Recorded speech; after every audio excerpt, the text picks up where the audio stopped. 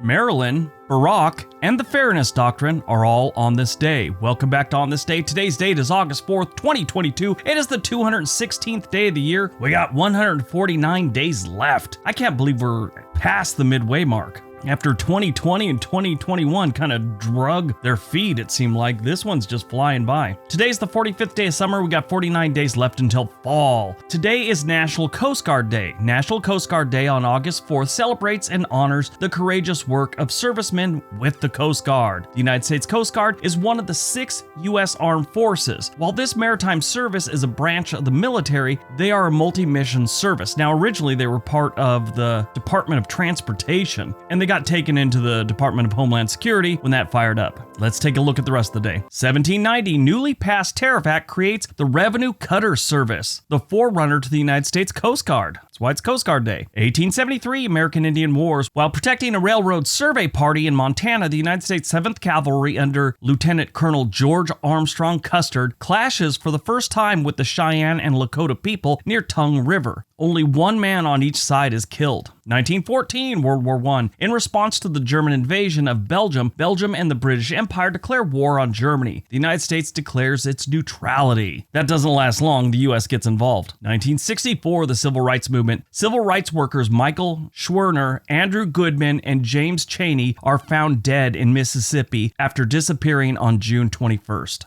1977, U.S. President Jimmy Carter signs legislation creating the United States Department of Energy. 1987, the FCC, or the Federal Communications Commission, rescinds the Fairness Doctrine, which had required radio and television stations to present controversial issues fairly.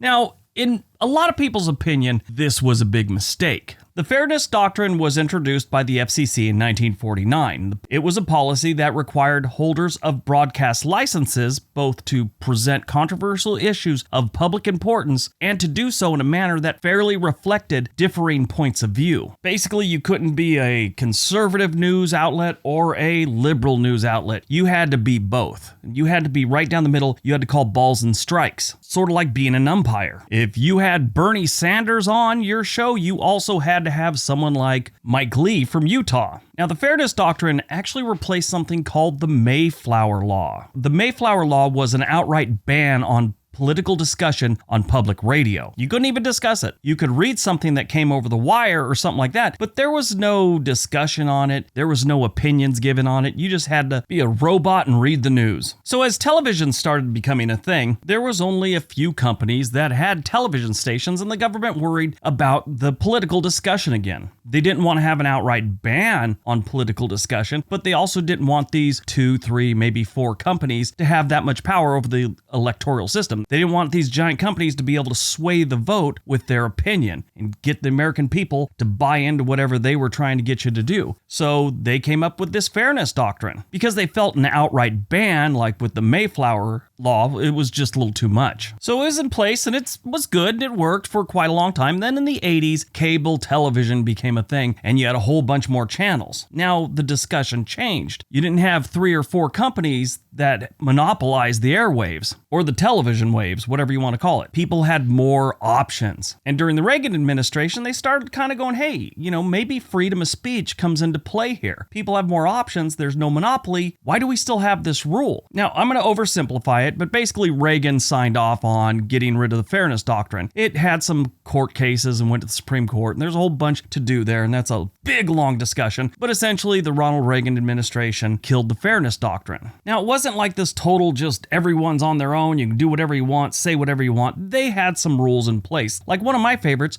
the personal attack rule. If you're a public person or a private person and someone goes on a news channel, this is what this rule says, and they say something bad about you, that's considered a personal attack. Like, World According to Briggs is a complete communist and he's trying to kill the country with his videos about things that happened in the past. If someone was to say that about me on the news, let's say it's, MSNBC. MSNBC would have to contact me, send me a letter with a transcript, let me know what was said about me, and they would have to offer me equal time to go on and defend myself. Now, that rule's still in place, and that can happen. That's why a lot of times you'll see someone on a, conservative-leaning news outlet or a liberal-leaning news outlet that doesn't match what they're usually doing, and they'll be on there discussing something that happened in the past. That's why. So the people that think the Fairness Act was a good thing claim that that's why nobody trusts the news anymore. Both sides of the aisle do it. It doesn't matter if it's CNN, Fox, Huffington Post, New York Times, the Washington Examiner. It doesn't matter what it is. They all have their opinions these days, and they're selling you their opinions. And they're sticking with their opinions because you're basically a fan of that. It's almost like a genre of news. This is the conservative genre of news. This is the liberal genre of news. Almost like, I don't like action movies, so I'm not going to go watch it. I don't like dramas because they're boring. I only like comedies.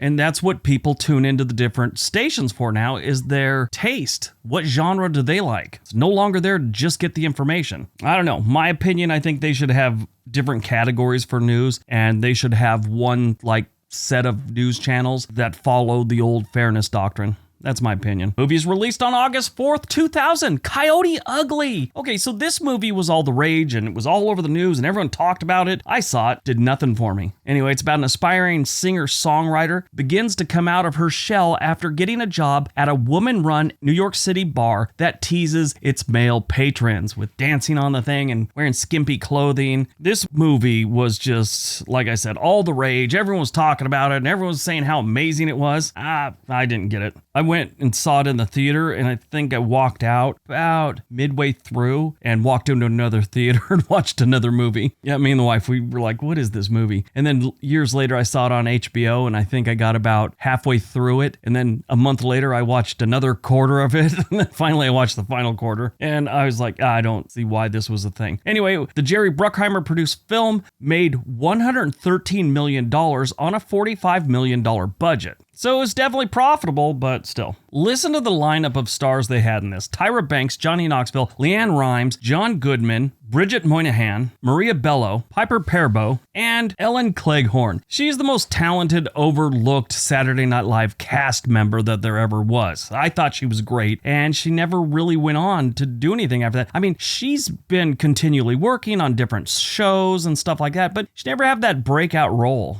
Born on August 4th, 1961, Barack Obama, the 44th President of the United States, who became the first African-American to hold the office. He became known for his economic stimulus legislation and healthcare reform. Everybody knows who he is. I don't have to explain this stuff to you. He served 3 terms in the 13th District of the Illinois Senate from 1997 to 2004. He ran for the United States House of Representatives in 2000, but was defeated. He represented Illinois in the United States Senate from 2005 to 2008. Died on August 4th, 1962, Marilyn Monroe, iconic sex symbol who starred in the classic comedy Some Like It Hot and became most famous woman in the world during the 1950s. Her other memorable films included 1955's The 7-Year Itch and 1953's Gentlemen Prefer Blondes. There's all kinds of conspiracies that go on around her death and the Kennedys, and Joe DiMaggio was involved and loved her till the day he died.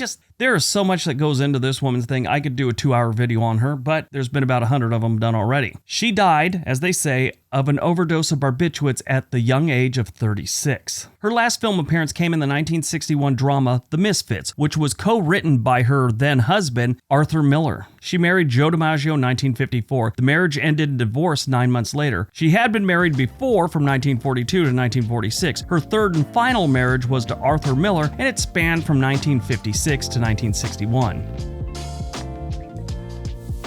All right, that's today's video. Hope you guys enjoyed it. Hope you got some information out of it. Now go out, have a productive day, and be nice to each other.